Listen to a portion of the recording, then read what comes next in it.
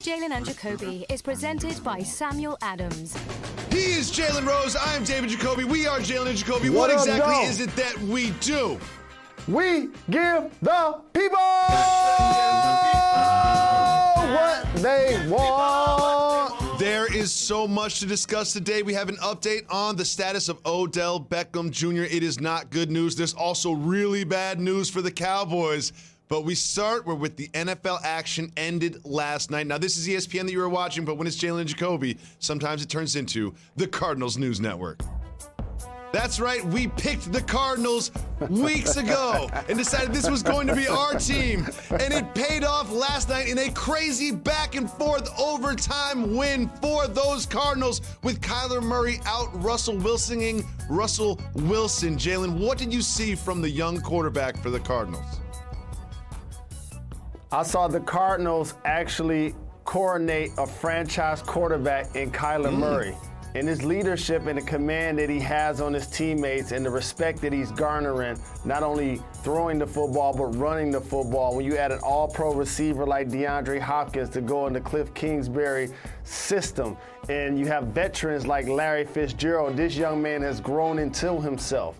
And so now to see that evolution and play against somebody like Russell Wilson, who basically was the shorter quarterback who paved the way. They both played baseball at some point in their careers. And for them to show up on that stage and be led by Kyler Murray, it's refreshing to see him become a franchise quarterback. Early in this game, it did feel like the Seahawks would dominate and maybe it would be a ho-hum victory for the Seahawks. They would stay undefeated. But nope, the Seahawks refused to play a normal football game. There were so many weird things that happened in this game, so many mistakes, like Kingsbury kicking a field goal on second down. On second down, kicking a field goal, however. Russell Wilson made some mistakes, and none bigger than this one with only a minute left in overtime. Look at this pass. I mean, this is just like there's just over a minute left in overtime, and he throws a terrible interception. It wasn't his only interception on the day. He had three interceptions. I don't know if he's exactly a lock for the MVP after this performance. What do you think about Russell Wilson last night? And again, going into this game, I told you that the Cardinals do a great job of defending the deep ball, and Russell Wilson was the best at doing it. And also, they make you pay for those mistakes. That's the key. A lot of times, players that end up playing defensive backs are converted wide receivers from Pop Warner or high school because they didn't have hands. And so for the Cardinals, there's one thing to be in position. It's another thing to take it to the house. And those guys were making big-time plays against Russell Wilson, and that's crucial when you're trying to get a win on Sundays. Buda Baker was on his way to the house until DK Metcalf tracked him down with an unreal play that had the Seahawks won, we would have been celebrating for the rest of the season. However, it was Kyler Murray leading the Cardinals to this victory. There's one thing that happened during this game that people are discussing that I need to get your take on because it is controversial. Our guy, DeAndre Hopkins, caught a touchdown with one-on-one on the left sideline of the field. And right before Kyler Murray let go of the ball, people are saying he smiled. I'm not so sure. Take a look at this. Does Kyler Murray smile when he sees DeAndre Hopkins in one-on-one coverage before he lets go of this bomb? He 1,000% smiled, dog. Because when you're in the pocket, that's a time of anguish. It's so many things that are happening around you, and most of them you cannot control. And every now and then, he sat back and was like, wait a minute. They traded him to me this offseason? And he's in one-on-one coverage? Look how his eyes got bright. He looked back twice. Look at him. Smile for me now, like Tupac would say. And that's great to see that chemistry between those young two people. Imagine what somebody was watching. You know what? What do you think Deshaun Watson was thinking when he saw that? Oh, man, at least he got his bread. Well, there is now only one team left in the NFL that is undefeated, and that is in the AFC, where two big teams in the AFC clashed on Sunday with the Steelers eventually getting the win and establishing themselves as the top team in the AFC, at least record-wise. What do you like about this team right now in the season? So there's so many players, in particular in baseball, basketball, and football, that get the fortune of getting drafted by or playing for a storied franchise. When you usually do that, you're going to have success that's bigger than you. And that's a lot of times what happens with the Steelers. The stability at coaching. Now Mike Tomlin is in the conversation for best coaches in the game. You have a Super Bowl winning quarterback that you drafted. And now you're developing all of these players from within. Running backs that you drafted, Juju that you drafted, Washington, Claypool, all of these people that are a part of the fabric of what you do. And then you look across the landscape of the NFL. You remember they were the killer bees, Jacoby?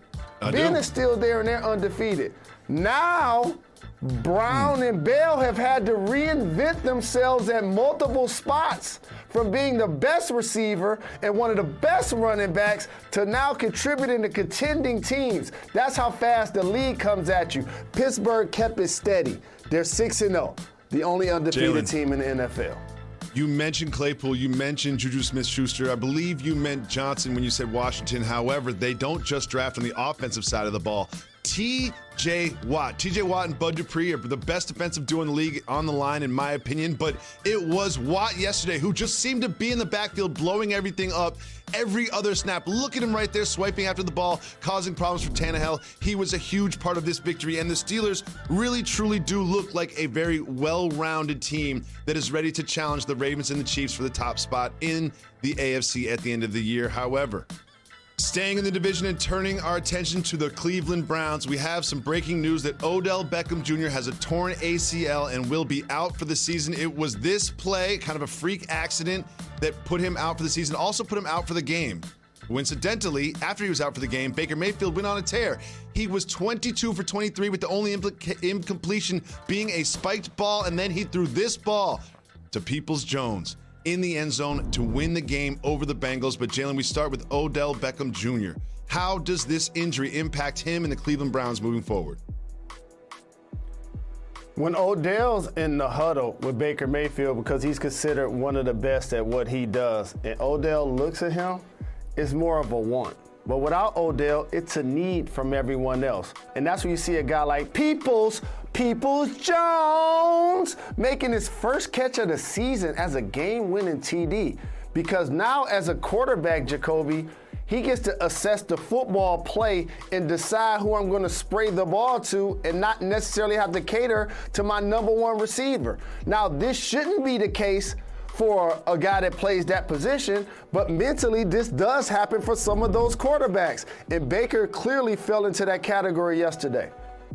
Absolutely. I think there is something to be said for the fact that when you have a superstar receiver, and I'm calling Odell Beckham Jr. a superstar, he has had that production with the Giants, that you sort of, he's in your mind. Are we getting him the ball enough? Is he getting enough touches? Are we running enough plays for him? Are they doubling him? And when you sort of free of that sort of burden as a quarterback, you really spread the ball around, which you see him do. He threw to Higgins, and he threw a great touchdown to Njoku. He did a lot of things that sort of freed him up. He didn't have an incomplete pass. Now, if I'm not going to say a team is ever going to be better without Odell Beckham Jr. That will never be said. If you have Odell Beckham Jr., you are better than if you don't have Odell Beckham Jr. But there are some side benefits that come with him being gone. Now, we wish him a speedy recovery. But one thing I do want to do, Cleveland, congratulations, you're 5-2. However, still haven't beaten a good team. This was the Bengals. Not only was this the Bengals, this was the Bengals and a last-second miraculous touchdown that got you to beat the Bengals. So while this is a celebratory Monday and also a bittersweet one because of the OBJ news, let's not act like this is a contender in the AFC until they beat a contender in the AFC. Jalen, so much action on the gridiron, but there was some great baseball too. Chaos on Saturday night as the Rays tied the series at 2-2. But there was a Sunday night Game 5, and Clayton Kershaw took the hill and was good enough. Jalen, what do you think about Kershaw in this one? Kershaw, when they win the World Series, is going to be able to do so as an all-time great player, but not necessarily having to do it as a dominant ace.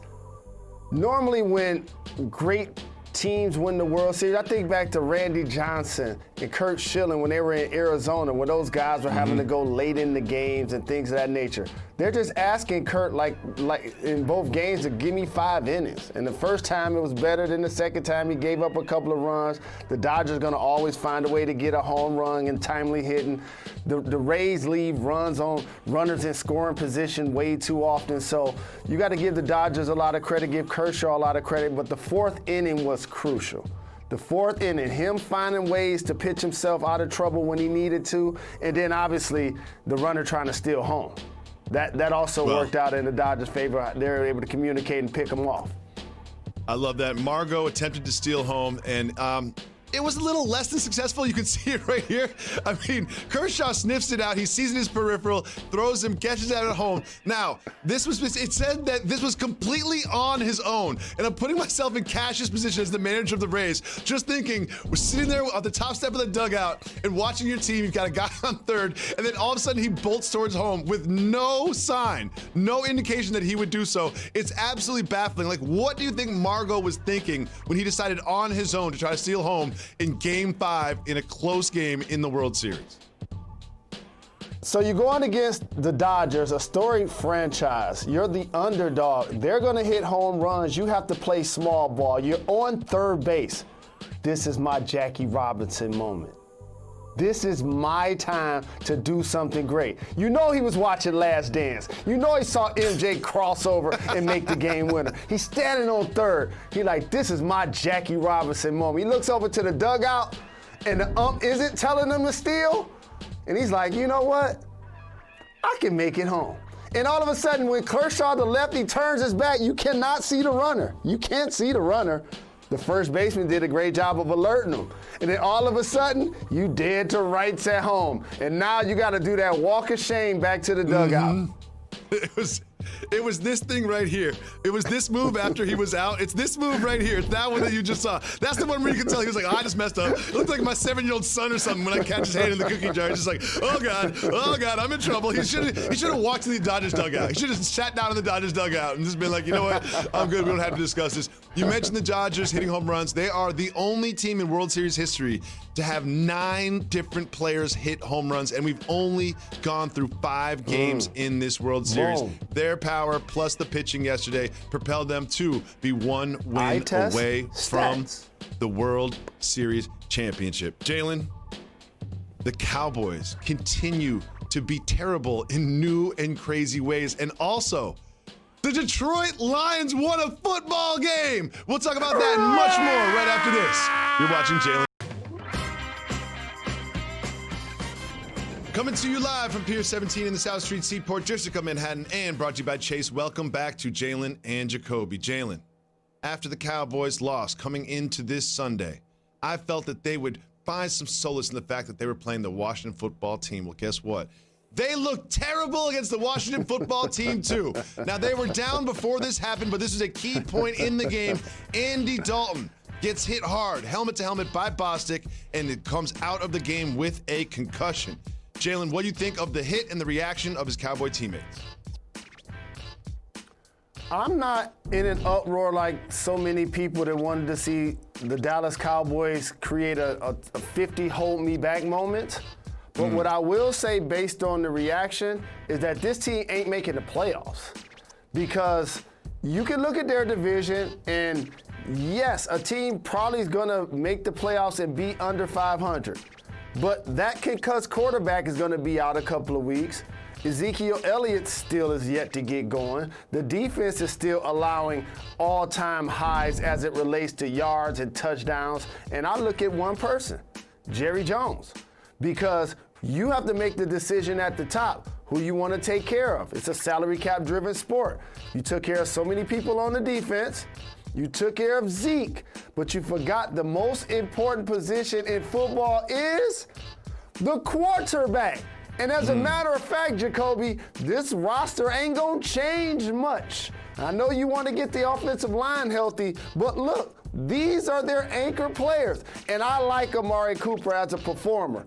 But the way his season ended last year with him on the sideline, That didn't seem like a player you would have given $100 million to that same offseason. And that level of dysfunction has allowed Ron Rivera to bring his guy in, Allen, who he's just a little bit familiar with, turn around and hand it to Gibson, and then all of a sudden you sick Chase Young and your defensive line on the Dallas Cowboys offense, and you're Washington, you're getting victory against a Cowboys team that is already stacked with those dudes over the next couple of years that can't get it done right now.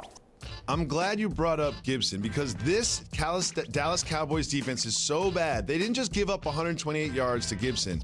Gibson wasn't even a running back primarily in college. He primarily played wide receiver in college, and now he's coming to the NFL and getting 128 yards on the Dallas Cowboys defense. It is absolutely wild, and while the Cowboys are falling apart, are the Detroit Lions putting it together? We'll start at the end of this game. We're all tied. I love that graphic so much.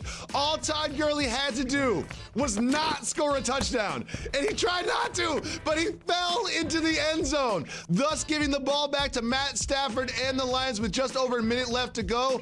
And we know what happened there, Jalen. What happened when Matt Stafford had the ball, needed a touchdown in the waning seconds? He throws it to Hawkinson, brings the Lions to 500. Jalen, how does it feel to be a Lions fan on this Monday? I hated that for my rock brother, Todd Gurley. I was in Atlanta, Jacoby, on the grill, ribs, chicken, cheering for the Lions. Hawkinson on my fantasy team caught the game-winning touchdown, and the Detroit Lions get a road victory. And trust me, it felt so very good as a Lions fan. It had me dreaming when I went to bed. And it had me thinking, imagine if the Detroit Lions were just in the NFC East. You know, all of these teams get loved by national media, and most media just troll them because they think it's for the ratings. We don't troll teams and players on this show. So look, the Lions, if you want to talk about some squads, put the Lions in the NFC East, and you know what we'll be? We'll be a playoff team. We'll be a playoff team. That's what I was dreaming last night. Well, those are some of the worst teams in the NFC, but now we turn our attention to one that's established himself as one of the best, and that is Tom Brady's Tampa Bay Buccaneers. They went up against the Raiders, beat them handily. Tom Brady had a rushing touchdown, 4 passing touchdowns, and it wasn't all dig and dunk stuff. He's going deep now, Jalen Rose. However, while we celebrate Tom because he's the quarterback and he's the legend and he's the GOAT and he's going to the Hall of Fame, there is a player who impacted this game, dare I say, even more than Tom Brady, and he was on the other side of the ball for the Bucs. Who was that, Mr. Rose? They had a heat-seeking missile out there with the last name of White, and I tell you something, nobody was safe. He was running as fast as he can, hitting people as hard as he could, and that's the kind of football that I grew up watching, and it was so very refreshing to see that he didn't get suspended. He didn't get ejected, and all of a sudden we get a chance to appreciate Tampa Bay's defense led by Todd Bowles, who, by the way, deserves another opportunity to be a head coach. He deserves another opportunity to be the head coach. So as well as the Tampa Bay Buccaneers are playing offensively, make sure you recognize defensively. They have some guys, Ndamukong Suh reinventing himself. Wingfield Jr. got his first interception. Todd Bowles deserves another opportunity as a head coach in the NFL. Jalen, Tom Brady is the GOAT, and we saw another GOAT retire on the mat in the octagon this Saturday. We'll tell you who that is and what happened right after this. You're watching.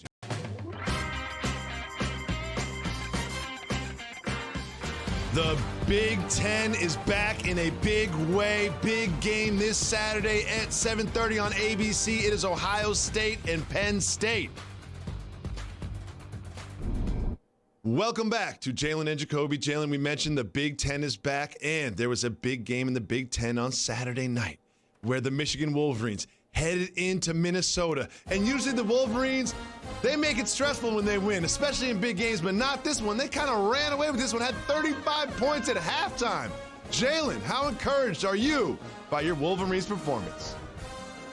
I respect all of our Big Ten opponents. Shout out to the Gophers. the former basketball coach Clem Haskins, big bro Willie Burton, my bro Vashawn Leonard putting in work for the Gophers. But to be honest, as Michigan dog, Michigan State is considered little brother. Like Minnesota, they like distant cousin.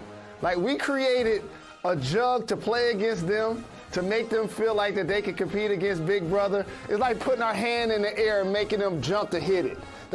When we play against Minnesota, dog, that's all that is. That's all that is. Like we already know. Like we lose to them, then that's a true issue. That's a real issue. Congratulations on the win. We look forward to them playing State this weekend. But Jalen, something else happened on Saturday that must be recognized, and that is the win of Khabib Nurmagomedov over Justin Gaethje in the octagon. And it was after the fight, after Khabib pretty much dominated Gaethje and choked him out with his legs.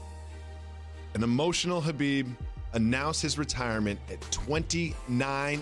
Jalen, what do you think of this announcement off the heels of him losing his father due to COVID complications? It's tough. It's tough. It's emotional. It's painful. It's prideful. He's a man of integrity. His family lost his dad, who was really close to him and was a huge influence on him as a fighter. They made plans together, including this being the 30th fight, and it took place, and it was symbolic. And I think that gave him the focus to go out and perform the way he did. He may change his mind at a later date, but I salute him for going out giving us an amazing performance under tough circumstances. We will be back tomorrow on ESPN at 2 p.m.